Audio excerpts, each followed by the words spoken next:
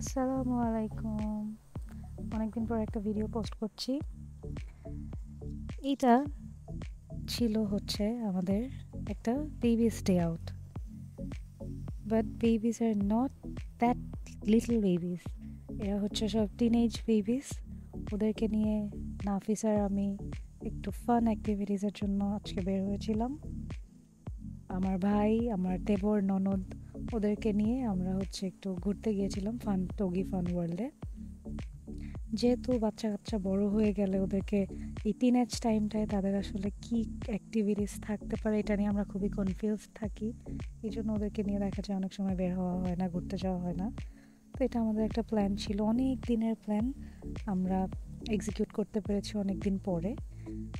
ওরা অনেক মজা করেছে। টগি ফান ওয়ার্ল্ডটা আসলে অনেক সুন্দর সুন্দর অ্যাক্টিভিটিস আছে বাচ্চাদের জন্যও আছে, টিনেজদের জন্যও আছে, বড়দের জন্যও আছে।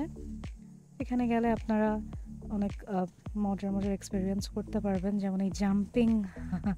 এটা কি বলবো, ওরা এত চোট, মানে চোখের সামনে দেখে মনে হচ্ছিল সব 2-3 বছরের বাচ্চা হয়ে গেছে। এরপর এই বোলিং এক্সপিরিয়েন্সটাও অনেক মজার ছিল।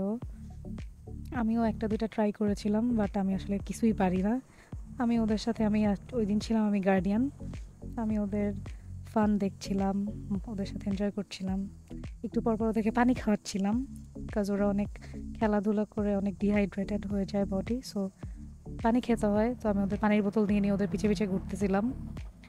আর যেহেতু এটা বসুন্ধরা সিটিতে, বাই দিস টাইম নাফিস ওর কিছু টুকিটাকি কাজ ছাড়ছিল, বসুন্ধরা সিটি মলের মধ্যেও ঘোরাঘুরি করতেছিল। এখানে অনেক ধরনের অ্যাক্টিভিটিস আছে, বাট আপনাদের জন্য আমার একটা সাজেশন আছে।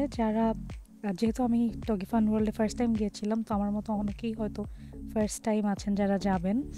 অবশ্যই অবশ্যই আপনারা একটা লার্জ গ্রুপ নিয়ে যাওয়ার চেষ্টা করবেন, কারণ এখানে 3-4টা মেজর গেমস আছে, যেমন লেজার ট্যাগ, তারপর পেইন্ট বল, এরকম আরও টুকিটাকি গেমস আছে যেগুলো ওদের গ্রুপে খেলতে হয়।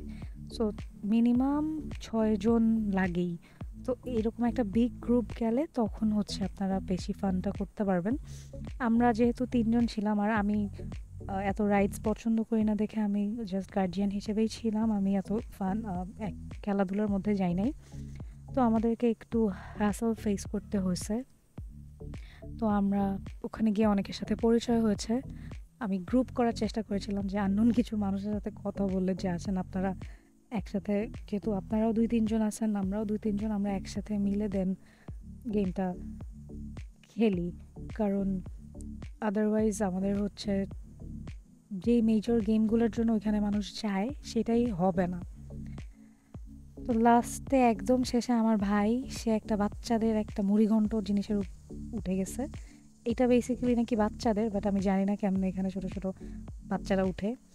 একদম এটাকে মিনি রোলার কোস্টার বলতে পারেন একদম। তো যাই হোক, তারা অনেক মজা করেছে, তাদের ডেটা অনেক ভালোই কেটেছে আলহামদুলিল্লাহ।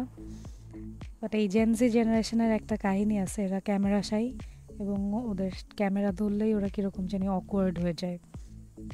তারপরে আমরা একটু ডিনার করতে গিয়েছিলাম ধানমন্ডির, যেহেতু আমরা বসুন্ধরা সিটিতে ছিলাম, ধানমন্ডির পাইনউড রেস্টুরেন্টটা আমার খুব পছন্দ।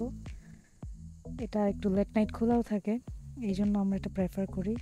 তো ওখানে গিয়ে আমরা একদম 10টা, 10:30 পর্যন্ত আমরা খেলাধুলা করে টায়ার্ড হয়ে তারপর খাওয়া দাওয়া করে তখন বাজতেছে অলমোস্ট 11:30।